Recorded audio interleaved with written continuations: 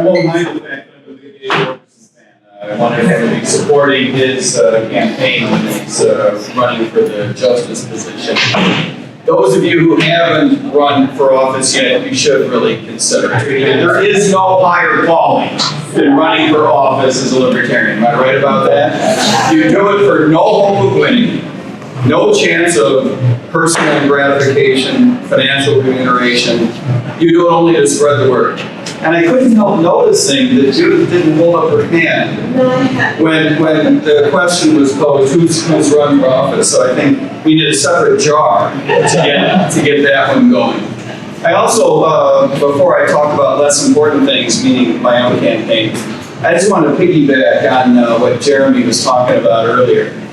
It is true, of course, that taxation is theft, but there is a broader concept here that is, I think, even more important. And that is that spending is theft. Remember, Milton Friedman taught us that all spending is theft. Whether you pay for it with taxation or you pay for it through monetization that comes out backhand as inflation, or debt. Spend a lot of time talking about that, which just pushes the obligation to pay for it off onto somebody else. Not all of it, sometimes yourself 2 years later. Eventually, it is an amount of resources that is taken from you and is spent by the government, love it or shove it, right?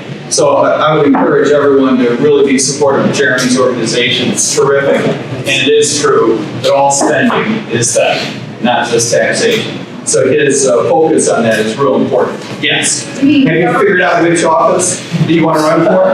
You're going to make an announcement right here? Government spending, yes. I just want to clarify. Right. We can spend our own money. Right, and that's thank you for clarifying, because not all taxation is theft. When I tax my kids, that's not theft. That's just the way the family is supposed to work, right? And they can move out anytime they want, so don't worry about that. It's all fair. Look, I spent a lot of time talking about the big opportunity that we have in 2024. I spent a lot of time over the past year talking about it, and I want to scrunch that down to about 60 seconds today, because I think we're all on the same page. With your permission, I'm going to speak to all like friends and adults and libertarians. I'm not going to talk to you like you're some random group that fell off the back of the Republican pumpkin truck last week, right? We all understand the reason we have a huge opportunity is for some pretty crappy reasons. People aren't happy with the Republican Party leadership, people aren't happy with the Democratic Party leadership, and for cause, right? It's not because something has changed in the demography of the United States. The leadership of those two parties really does stink. It is also true that each one of those parties has left behind what used to be their basic agenda, right? When I was growing up 100,000 years ago, you used to be able to find a lot of Republican fiscal conservatives. Now you see a couple of faces on Jeremy's slide, right? Not too many. How many of those were Democrats, by the way? 0. Oh, 0. I thought I lost track. No, there weren't any. It used to be that you could find an anti-war Democrat. It used to be the Democrats were actually socially liberal.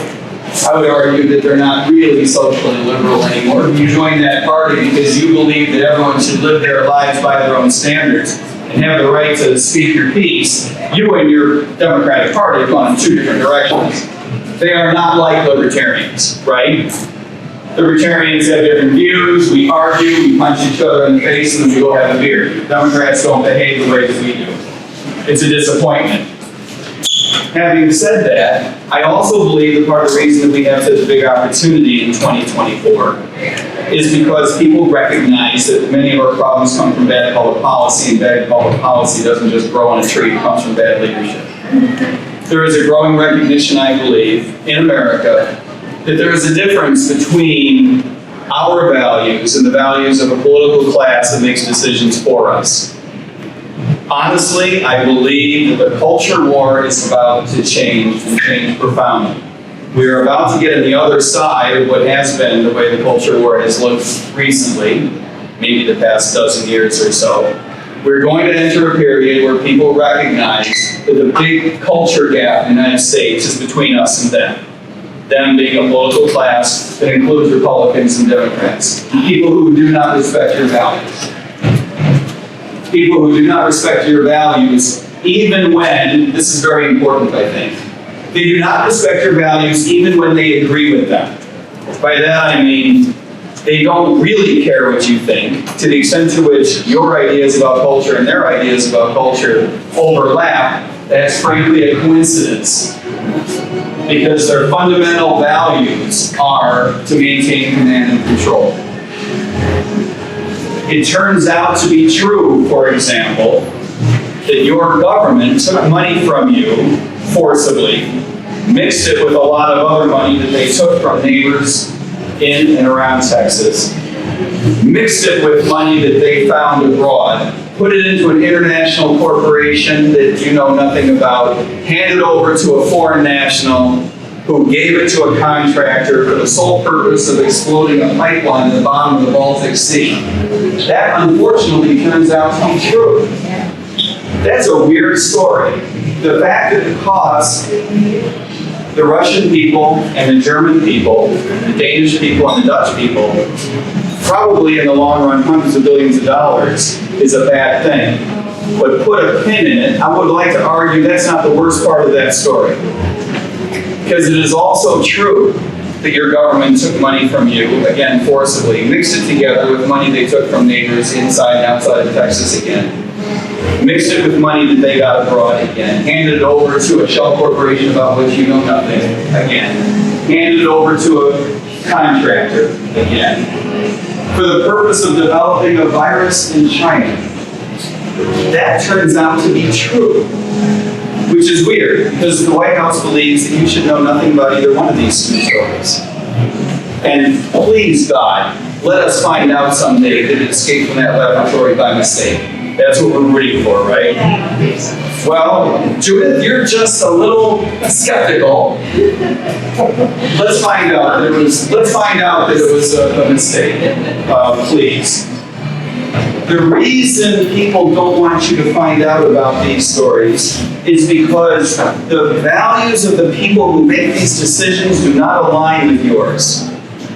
Consider the story about the young Air Force reservist who's being prosecuted by the Justice Department for having decided that he only had a choice between either staying quiet about government secrets or sharing them with his buddies and eventually with everybody.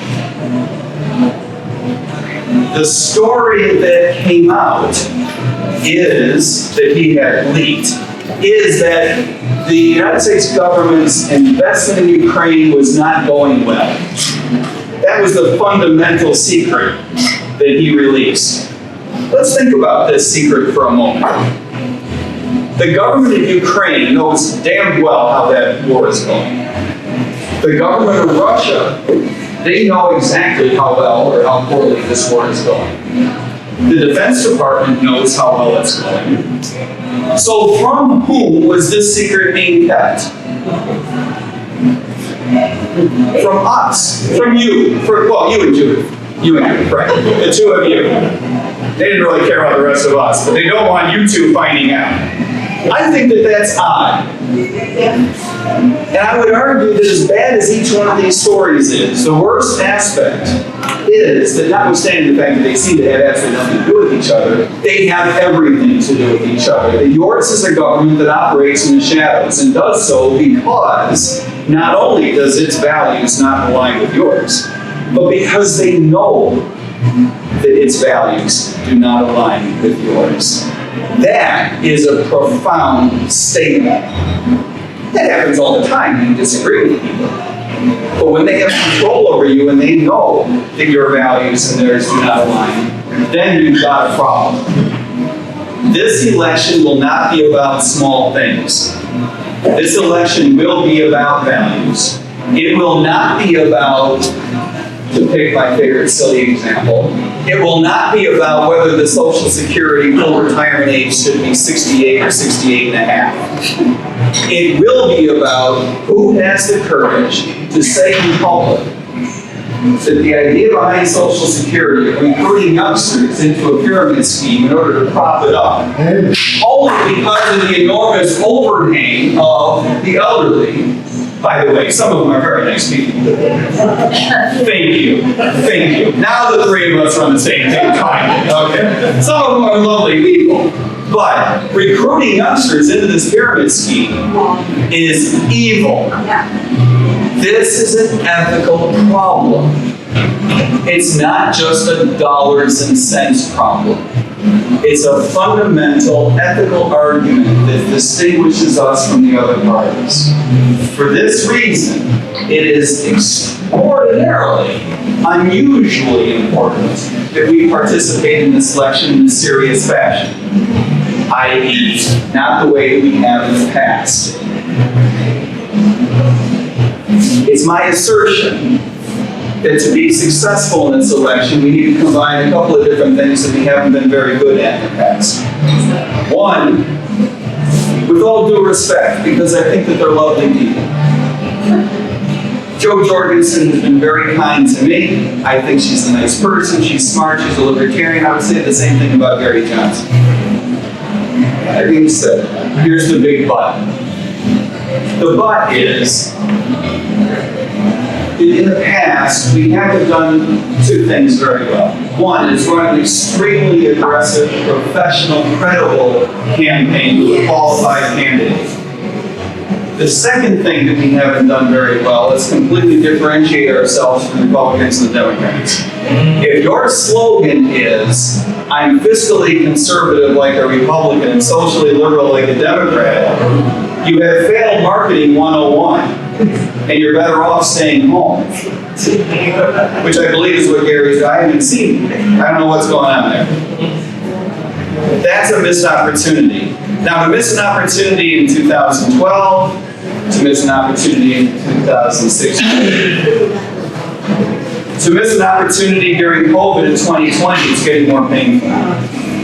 But this is my fear, that missing the opportunity in 2024, now it's starting to matter because I don't know when the last opportunity is going to be. Our federal government is going bankrupt.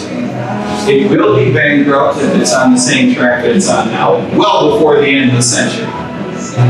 My greatest fear is not that it goes bankrupt, but that no one in this room will give it in, because you will have given up all hope that the federal government could be revamped, revolutionized, reimagined, that it could possibly add any value whatsoever, that it could demonstrate to the rest of the world how a democracy could be run. We all will have given up. Maybe we've all given up already in some sense. This is, I believe, our last shot. The reason this election is important to us is because it's more than an opportunity. This is an obligation. If you are waiting for a Republican to lead the charge back toward the Constitution, you are literally waiting for something that is not going to happen. Does anyone really think that a Democrat is all of a sudden going to stand up for your individual rights? Stand up for your Second Amendment rights, your Fourth Amendment rights? I spent a lot of time talking about it as a former cop. Does anyone know a Democrat who can spell the 10th Amendment?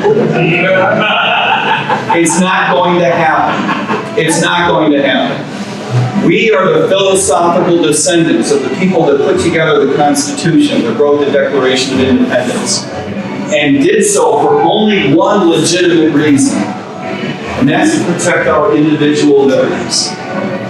We can all argue about the other reason that our government was put together.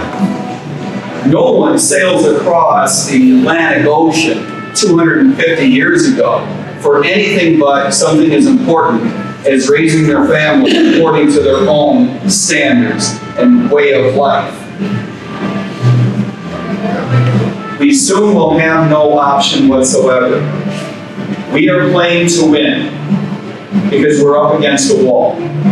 This is not an election in which we are playing to get 1%, 2%, 3%, 4%, or 5%. We have a lot of people who have been extremely critical of my campaign because we are playing to win.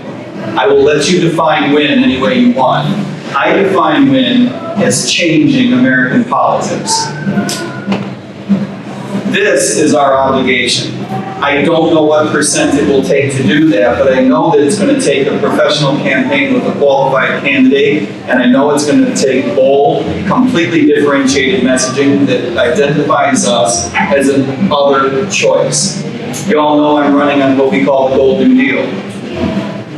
The reason reason we have our make fun of FDR special brand for the platform with its own website is not because I think this is the greatest marketing idea in the world.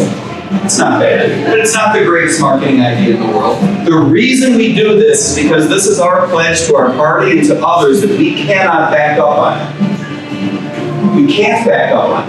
The whole campaign is based on.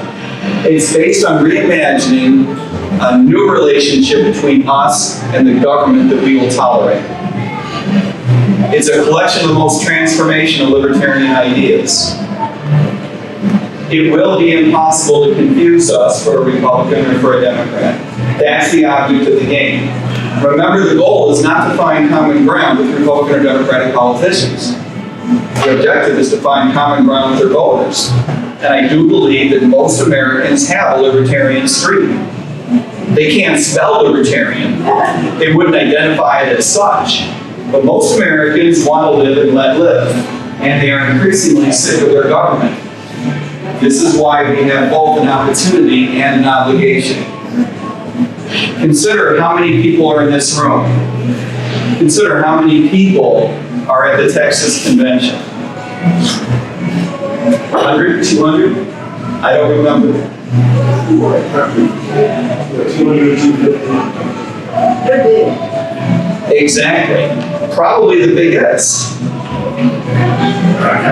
I've seen Pennsylvania and California, and I think you guys are right there. Anyway, Well, and you're in Travis County, which is the most libertarian county.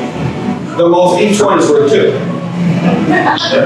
Multiply by 50, you don't get a big number in the grand scheme of things, is my point. Everyone has to pick up a shovel. And not the kind of shovel you dig your grave with, right? The kind of shovel that you can wield. This is our shovel. We feel like we have to run this campaign. We've got 15 people on our team that we barely pay. We've got another dozen advisors that we don't pay. I would pay to make them go away because they're very annoying, as anyone who knows consultants are. We have another. He's the only one who's any good. The only one.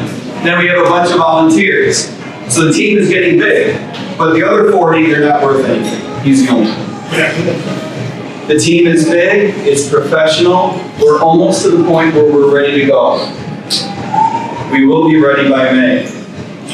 It's our feeling that we don't have an option not to be. It's not up to us.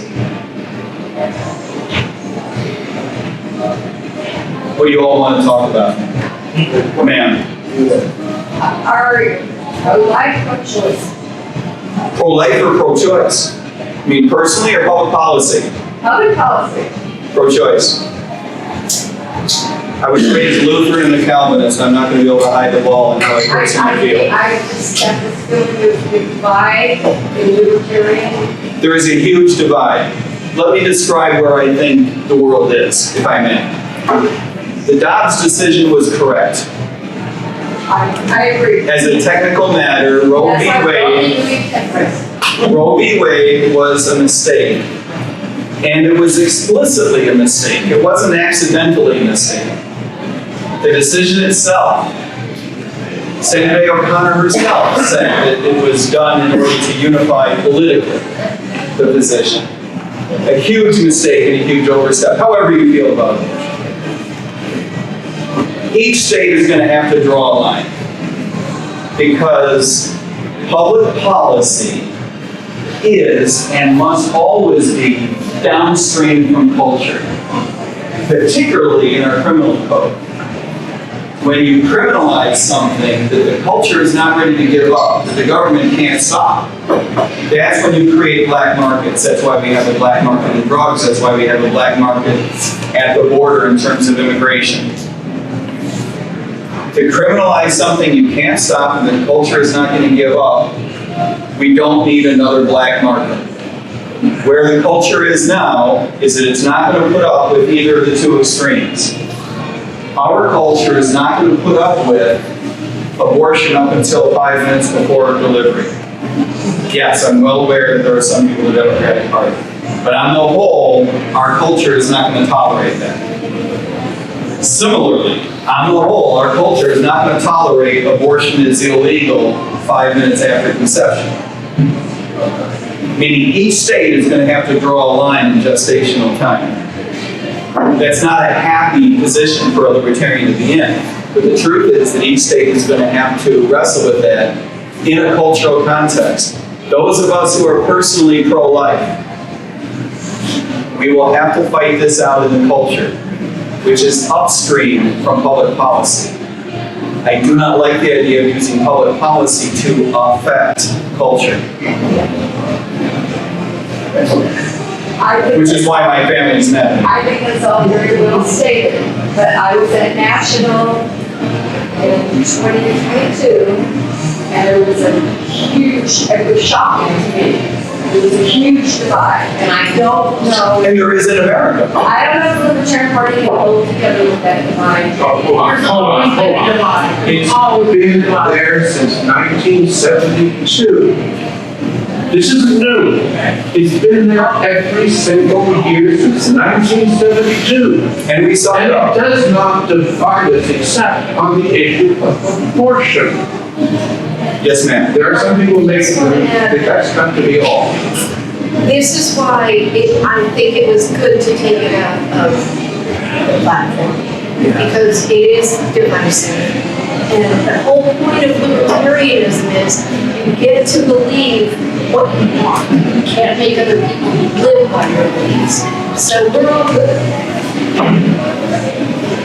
Mike was on the Fountainhead Forum number 62. I wanted to ask Mike, I don't think I asked you this.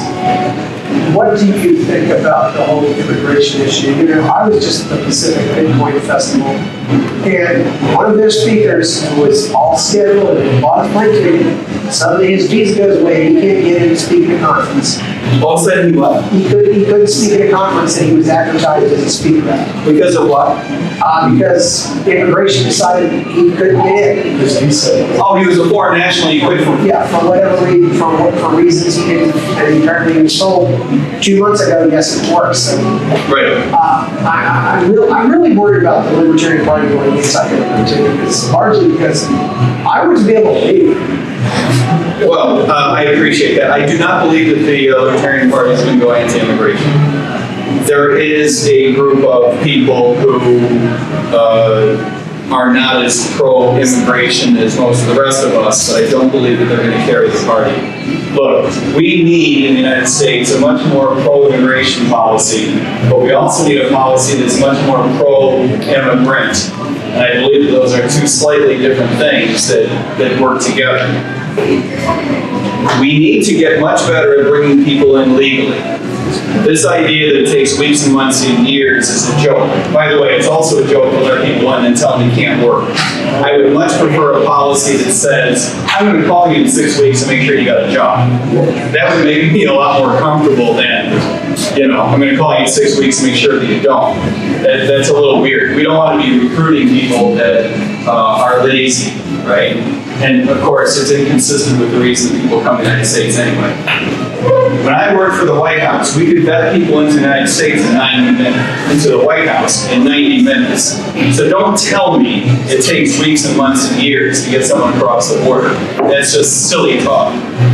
Not a big fan of surging federal resources for any purpose, but if there is a purpose, it would be to vet people in a cleaner, more rapid fashion at the border. I recognize the American people, speaking of culture, are not going to put up with an open border without any vetting whatsoever. I get that. There's going to have to be some vetting process, but you've got to have the resources to handle that. Similarly, the black market in illegal immigration is profound. I spent a couple of days at the Arizona border last year. Now I can't remember when. Sometime not this week. And I learned the hard way that the humanitarian crisis there is a lot greater than what you would pick up on CNN, right? Most people who come to the United States come illegally. Most of the people who come illegally come with a contractor, and most of those contractors are human traffickers. think it had to be Elon Musk promoting his platform for citizen journalism. He was there at the point. It's pretty cool. It's important. I met with the sheriff's office, CMP, ranchers who have property at the border. I met with the Libertarians down there, community leaders. You come away with an appreciation for the fact that the humanitarian crisis is something that we need to take much more seriously. Yeah. It is a bad look for America. You can go to the other sites here in Austin, and there's guys in hospitals called wristbands, which they're working off. They're paying these to the smugglers and not the cartels. Yeah, it's disgusting. So that's happening right here in Austin. Yeah. And I'm sure throughout the country. If government has no other purpose, and it might not have any other purpose, come to think of it, if the government can do nothing else, it's got to protect human beings from things like this. And I'm a frequent border crosser. I've been a lot of time in Mexico. I like Mexican people. They're a good problem. But the issue of immigration to me seems like it's so easy for each side to demagogue the other. You want to That's get more legal, if you want to get more legal immigration, then you're trying to overwhelm the country, you can, Yes. both sides are just, it's to the point where the reaction, so I can't be demagogue as a politician, has put us in a situation where there's a no-win legal situation. And yeah, I know people that have done it the right way, they married somebody from Russia, it took them 7 years or 9 years or Right. whatever to bring their wife over to the country. But the fundamental legal structure is silly. Immigration is good for the United States. It's good in a fiscal sense. It's good in an economic sense. Those are two different things. It's a good in a cultural sense. It's one of the things that defines America and makes us distinguishable from the rest of the When world. I was running for office in the state senate, I got a lot of residents just saying, we're not anti-immigrant, we just want to get into the front door. Well, that's right. In the same sense as dedicating greater resources to bringing in more immigrants legally, I would not be opposed to dedicating resources to closing illegal immigration. It is so dangerous that we need to do a much better job of discouraging illegal immigration because there are people being sent into indentured servitude almost immediately. I talked to the sheriff's office down there. One of the weird problems they have, I apologize for this digression, but I got to get this off my chest. One of the weird problems they have is young deputies who have been told not to get into high-speed chases.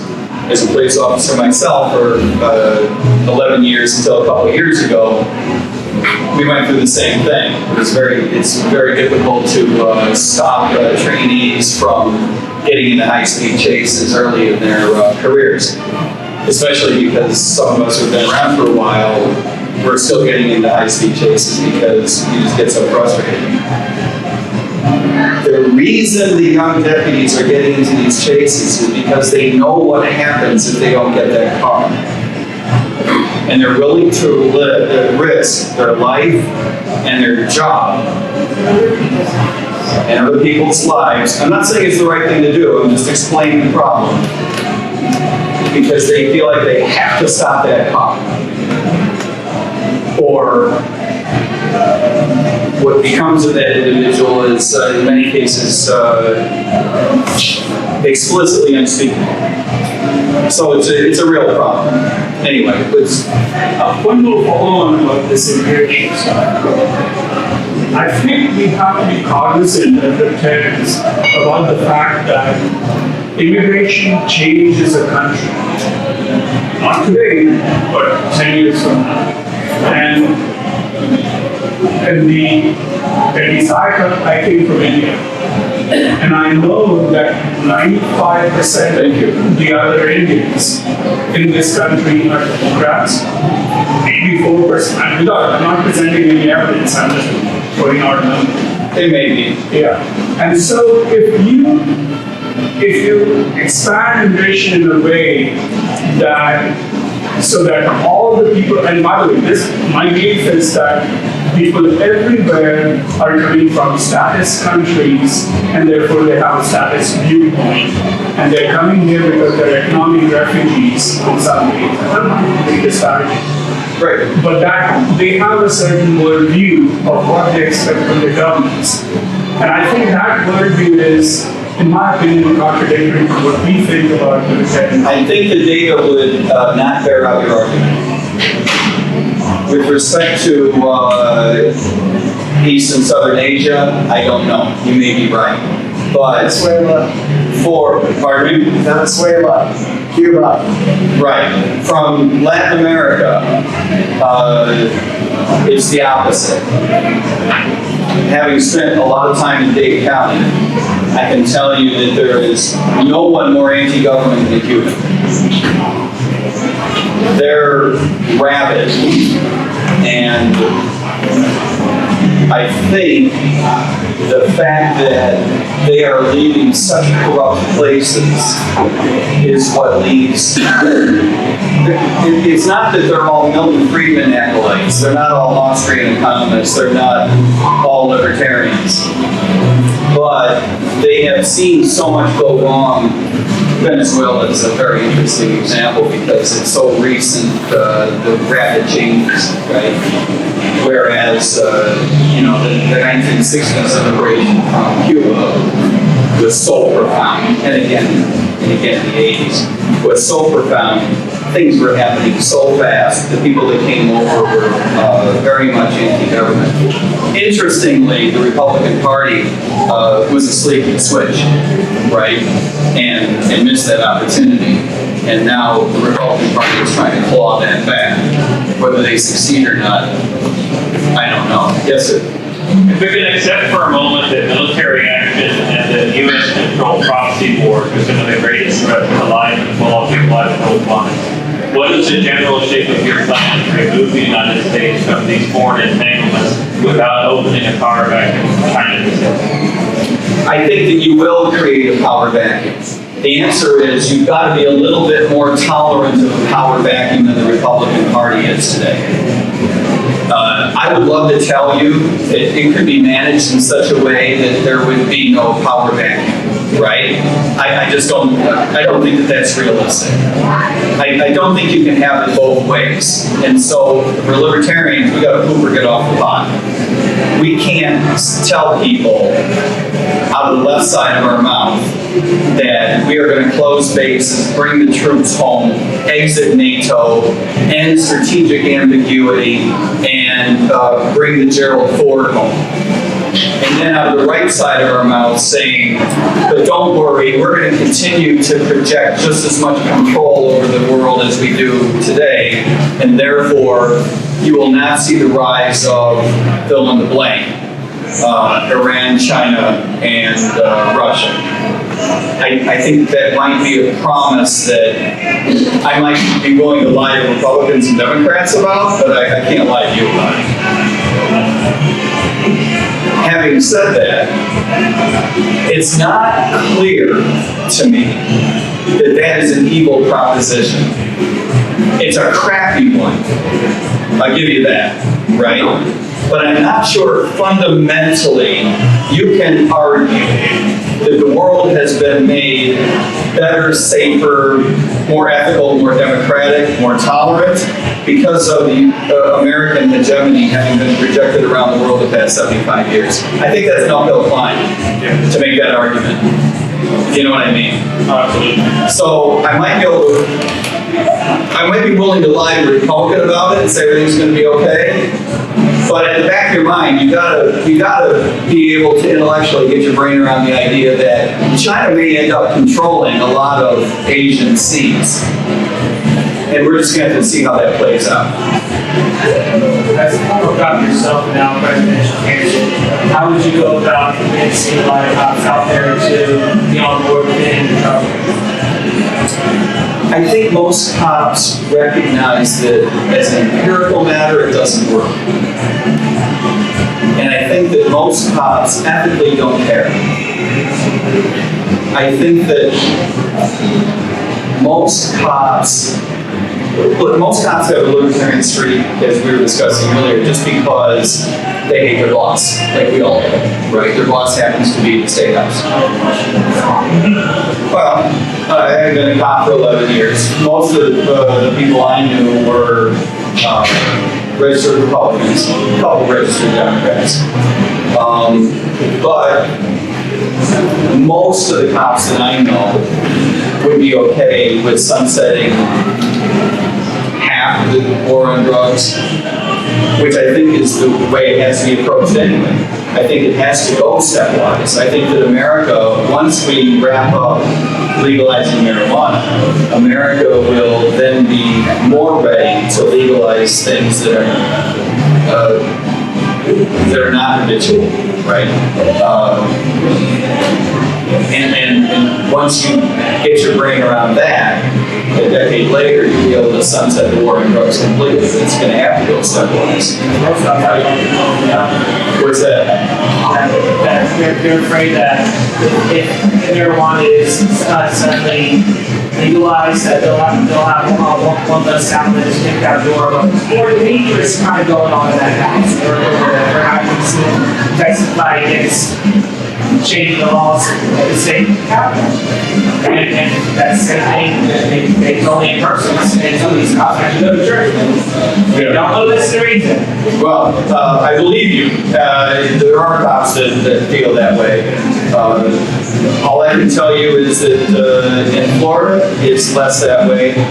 In particular, in the department that I work for, we didn't even enforce marijuana laws anymore. Yes, ma'am. Just to add on to that a little bit, then I was in the county, almost 200 people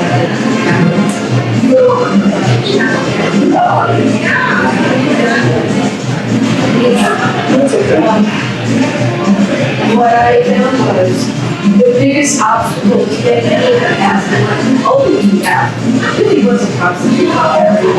That's more like Right. the biggest obstacle By the way, that's an important distinction. Good for you. was the police clean. Yeah. And it wasn't necessarily the cops and other law enforcement. They usually testified as a news. Right. Without knowing. Yep. They're the ones who get the knowledge. Yeah. Yep. The unions do not operate in the interest of police officers. Police officers and unions do not realize that. By the way, it's the same thing with teachers. With teachers, it's a little bit more frustrating because you might expect them to be a little bit more educated. I didn't mean that to sound ironic. I understand. One of the big reasons that in the long run, and I don't know what I mean by that, it's not going to be 10 months, we can hope it's 2 years. Let's hope it's not 50 years, but in the long run, as we all want, policing and teaching will be more like other industries. Not only will we be able to hold people more accountable, we'll have private options. The argument for school choice is exactly the same argument for holding police agencies accountable. Police officers need to be held more accountable, not only at the individual level, but at the agency level. The agency I work for, our municipality only had 2 choices, us or the sheriff's office. That's not enough. A lot of places don't have 2 choices, right? Because state law makes it very difficult for a private organization to bid in the contract, which of course is moron. We all know this in the context of school choice. Once school choice takes hold nationally, it will be a demonstration effect that helps with police agency choice. But we're a ways away from that. Anyway, police officers will eventually get behind the idea of bringing market forces to bear, because police officers and teachers, by and large, want to work hard, want to do right. Nobody wants to feel like they're a schmuck at their job. Nobody. Almost nobody wants to feel like a schmuck at their job. And you don't want to recruit the kind of people who want the job because they're going to get paid the same amount whether they do a good job or not. In the long run, We want a system, and I believe we will eventually get a system, where the best teachers and the best cops make more money. The mediocre get paid less money, and the crappy ones get fired. And the same thing at the agency level. This will eventually happen. But it's not going to be this week. Certainly. I want to go back to the immigration thing. I think certain broader that most people really understand. Even the libertarians don't understand. By the way, By the way, sir, I'm a immigrant. One of the reasons immigrants succeed is because they're motivated more than people who are sitting on their butt in the same place, the same sofa they've always sat in their entire life. This is why immigrants succeed more than the Nigerian immigrants do better than the African American. But it's not my point. As libertarians, we like to talk about the good old days when you just showed up on a boat, there wasn't even anybody to say welcome. You just got off. yeah. Part of 1882, that's the way it was. Yeah. That only changed when they said, oh, we don't want to Chinese. But that kept going. And of course, we've got the famous on the Statue of Liberty. Give me your tiger or, so on. So at that time when you came here, there was nothing for you. You're on your own. There's no barriers. There. And still they came. And still they came. And they took their chances. And what did you? Sorry, you can't sleep on the street in front of my store. That's my store. Get your butt out of here. You depend on the charity of the individuals out there. There was nothing in that game at all. So then, of course, the government has to pay for education for children. It's not the federal government doing it, it's the state and local. So last year, Miami had 17,000 new students that were illegals coming in. And they go, we don't have schoolrooms for 17,000 people. We don't have teachers for 17,000. We don't have housing for 9 million new immigrants in the last 3 years. Right? These are just hard realities. And this is part of what fuels the anti-immigrant purpose is going on right now. You justify it as well.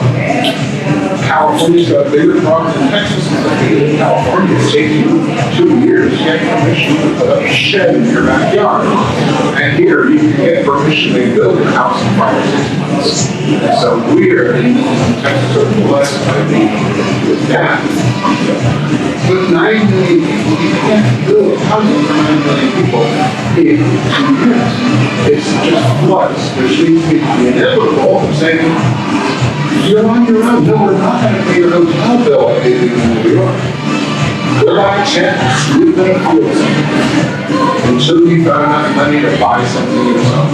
And we don't have a harsh reality on the American. Or anything else. Or anything. We're confident that the people who pay are always the ones that are getting their pockets drained to do so. Everyone's getting pretty severe. Yeah. I would not be surprised if we went up with a pretty militaristic right-wing government. I agree with you. But I think that's no, you don't have to show it, but I agree with you. I think that is exactly the concern. By the way, would you agree that the coddling is part of the reason why people who are born in the United States don't compete as well as people who are immigrants? Because they get more coddling, right? A boss of mine once told me that the reason that my immigrant brothers-in-law were so successful is because they hadn't gotten the memo that they couldn't start a business.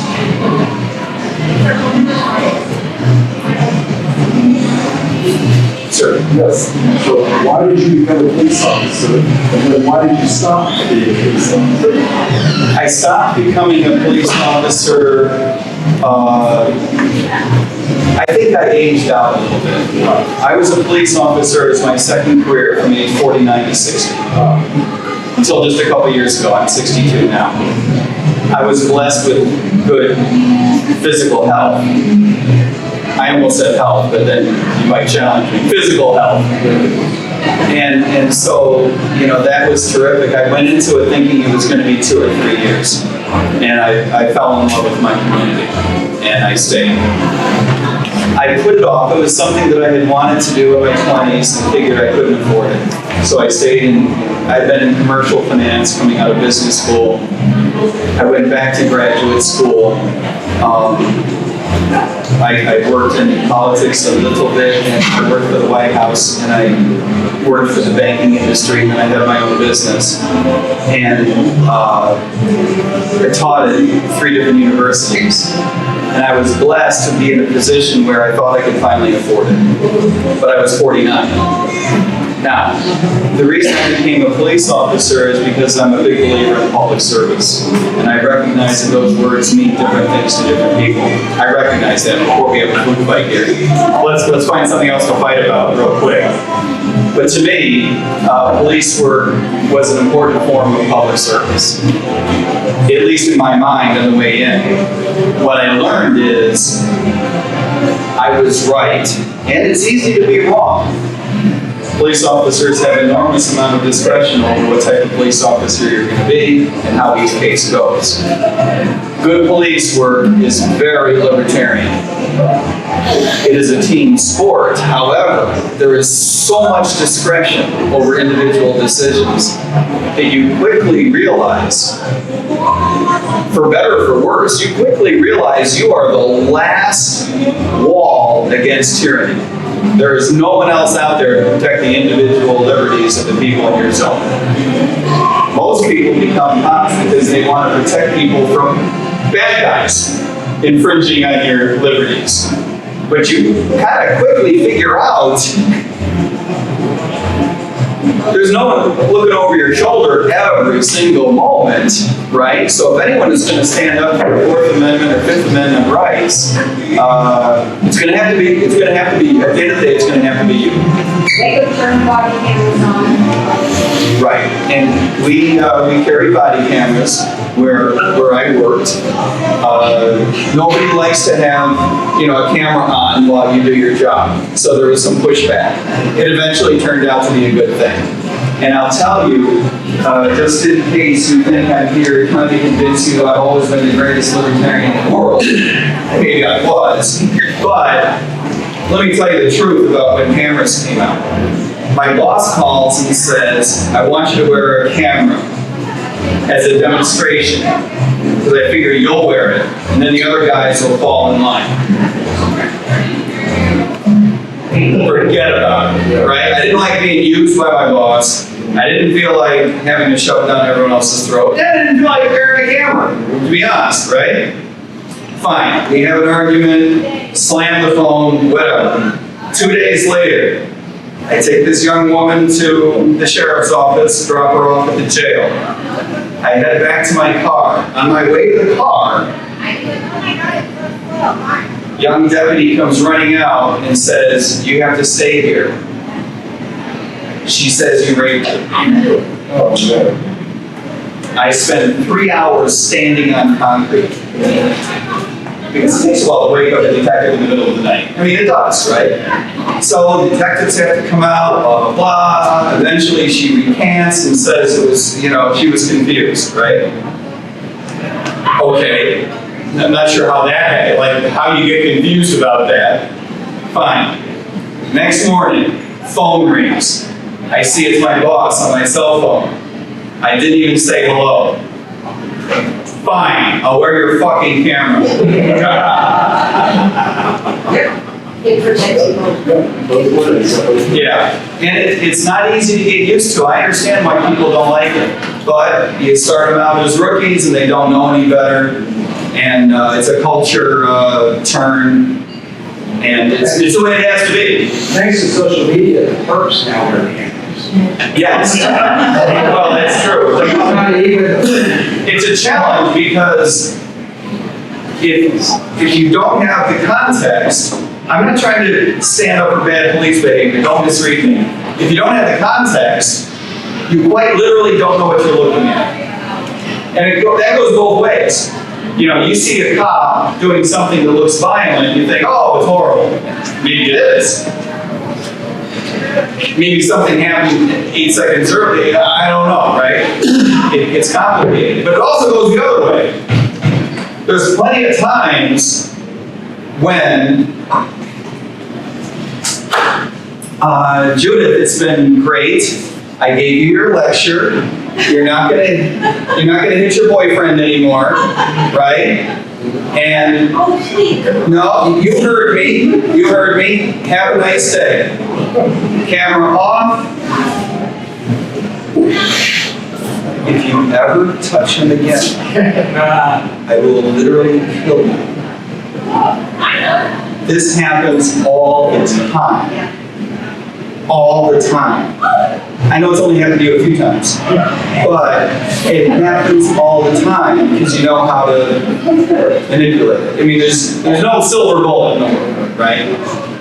Not to take too much away, but along those lines, like in the middle of the day, and all the protests and riots.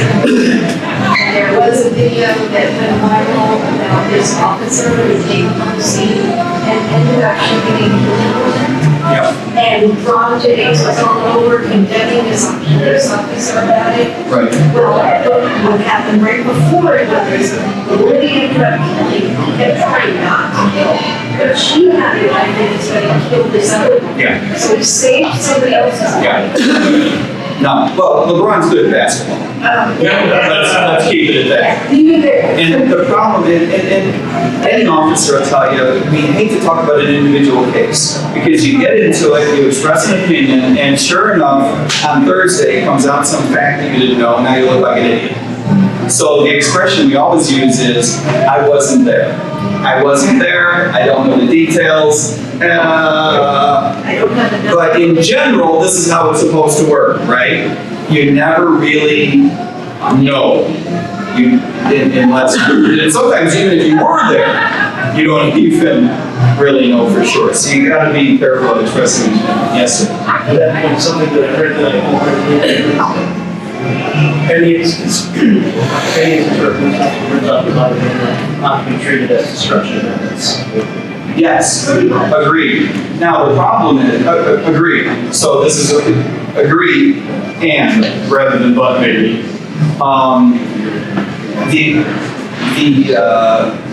The agreement is, maybe it shouldn't be, but the understanding typically is an officer should be able to ride around his car without his camera recording everything. Now, the technology compromises. It says it only records 30 seconds and then copies over itself on a 30-second loop. Does that make sense? So when I hit the go button to turn it on, I get the previous 30 seconds and then everything from this point forward. But it's hard to convince officers. I'm not saying this is good, but it's hard to convince officers you ought to have your camera on all the time. Use your imagination. See, so, you know, I grew up thinking when people have a conflict with the police, they must have done something wrong. And then cell phones. We did think that. And then cell phones and body cameras came, and I realized I was wrong my whole life. The police are using it. And so now I don't consider it a liberty issue for the policeman to be able to turn their camera off. I consider it my liberty for me to have it on all the time. Yeah. Well, and they're supposed to have it on anytime they're in contact with anybody. Sometimes they So I'm agreeing with you, and so are the rules. There are some agencies that don't even have cameras yet, but for the most part, anytime there's contact, I agree with you wholeheartedly. That is the way it has to be. And we're heading in that direction. We're still in transition. So when I testified at my county commissioner's court against expenditures that my sheriff wanted that I believe were wasteful, and then he wouldn't let me leave the room and he screamed at me. I don't think he had his body body camera. Was he working? Well, he said he was the bailiff, but we have a bailiff. I don't know why he hangs around with Sure, he's on duty. And I was screaming at him because I disagree, but he wants to stop a riot in Lakewood County. I don't think it's for a major riot. Right. I objected to, Well, that kind of behavior shouldn't be tolerated from anybody, court would say. Right. Please, sorry. So since you're running for president and not the police chief, I'm going to ask you a question relevant to president. Please. Educate me a little bit. What are a couple of things you can do as president? You don't need the help of Congress, you don't need anyone else. What are a couple of beneficial things you can do? You can immediately replace the heads of agencies with libertarian-minded libertarians or Republican Democrats to winnow down the size and scope, legal reach of the agencies so that you can eventually move legislation against them. The reason you can't sunset them on the first day completely, as much as we would all like to live without a Department of Education, Department of Transportation. CIA. Well, now those are different. Those you can do some serious damage to right away. But these cabinet level agencies, they need to be winnowed down a little bit first, because you only get rid of things in Washington when its power has been depleted, right? When its political power has been depleted. And that comes from its budget reach. So you got to scale them down a little bit. Now, the agencies that are underneath that, right? CIA being under Homeland Security, the FBI being under the Justice Department. These agencies you can break up. And the FBI is a good example of an agency that should be broken up into its component parts. To the extent to which you believe that the FBI has a legitimate anti-espionage function. And that's something that we can all argue about, but to the extent to which there are agents that you don't want to just fire, I'm trying to temper my language, they can be transferred to the Defense Department. But the rest of the agency can be completely sunset because the caseload can be transferred to state agencies because the crimes that the FBI legitimately pursues are illegal in other states, in all the states. The piece of the FBI that handles politically oriented stuff needs to stop completely. They have proven, right, over and over again. By the way, for you youngsters, ask your parents, the FBI doesn't have a golden age that we point to, right? And we say, oh, if we could just get back to the 60s, right? This is not the case, right? So anyway, there are certain agencies that can be broken up. Even if you can't sunset the entire department with a capital D, you can break up certain agencies and disperse their personnel. On a contractual basis, you know, just like we detail officers, you can detail employees of an agency to get rid of their political power. Yes, sir. I'm sorry. I watched. Right, and we have to go after the Fed, and we have to limit spending. But we have to change monetary policy, we have to limit spending. And then what we discussed about foreign policy, right? So you gotta get on the phone right away. NATO partners, this is your 18-month heads up, right? We're gonna be exiting NATO. I think it's polite to give them the year, 18-month, maybe 24-month, but the United States is no longer going to be your plan A. If you're investing in Taiwan because you believe, if the reason you're investing in Taiwan is because you believe the United States is going to be there to bail you out, compel or high water in case of a conflict with the People's Republic, maybe I could interest you in Milwaukee, right? Which is a place that we will actually stand behind. This idea of strategic ambiguity has gotten us into a lot of problems. We can cut off funding to Ukraine pretty quick. I would I would take a first, 6-week shot at pressuring Russia into coming to an agreement. But then we got to cut off. I'm sorry, there's more that we could talk about, but those are the immediate things you can start doing the first couple of weeks. We should wrap it up. Yeah, we should have wrapped it up 10 minutes ago. I apologize. There's a question about your candidacy itself. I watch CNBC in the morning, the Starbucks, whatever they have. Yeah, it's good stuff. Yeah, and it's entertaining, it's fun, it's Well, particularly relative to what's on Fox and CNN, right? But what I've noticed that there are a lot of hedge fund billionaires who are become undecided, or hesitant about their preferred party, I haven't said preferred party politics, certainly the candidates. And I think that provides you with an opening. I think that's positively and possibly a platform, or vice versa, a platform, and therefore, funding possibility. Yeah, it's part of the reason. What do you views about I agree. It's part of the reason why we need to not hide how we feel about Bitcoin, for example, ending the Federal Reserve in general, but in particular, ending the Federal Reserve's participation in blockchain technology and issuing their own cryptocurrency. These are things that the financial community understands well and would appreciate. So we need to be ready to talk a lot about that. We should be. even broadly, they understand about what's going wrong with the country, and not just in the crypto world, but Capping spending, changing monetary policy. Transferring the Fed's balance sheet to the Treasury Department. These are all things that the commercial finance community would appreciate. I agree with you. And it doesn't take a lot of billionaires to help a campaign as small as ours. but what's your approach, I guess, is the question. I have Gabby Cordova call them.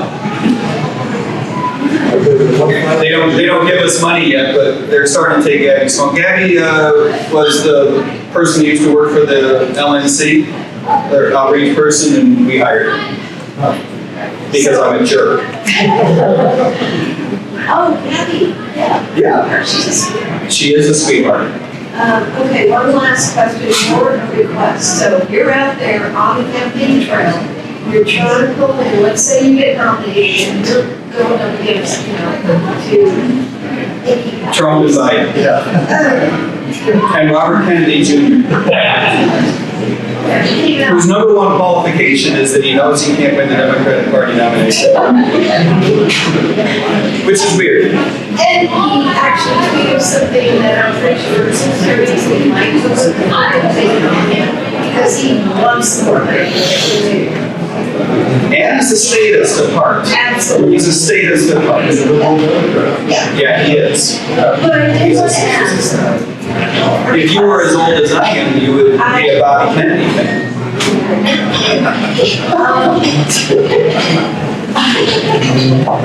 no, but, so you're out of the campaign trail, you're saying you're nominated by the Libertarian Party. I would like to see, just pick a topic, any topic, if you could show us what you're going to look and sound like on the campaign trail or on the debate stage with all the charisma in your body. Go for it. Well, I don't have any charisma, Judith, but it is important that we all recognize that the values that brought you to the Democratic Party in the first place are still the values that you have today. Those are real American values, and those are the values of the Libertarian Party. Our party and my campaign align with your values and how you want to live your life. Stop wasting your vote. If you continue to vote for the Democratic Party, you're no longer voting for your own ethics, your own morals, how you want to live your life, how you want this country to be governed. You're letting yourself down. I'm not asking you to vote for me. I'm asking you to vote for yourself. That was good.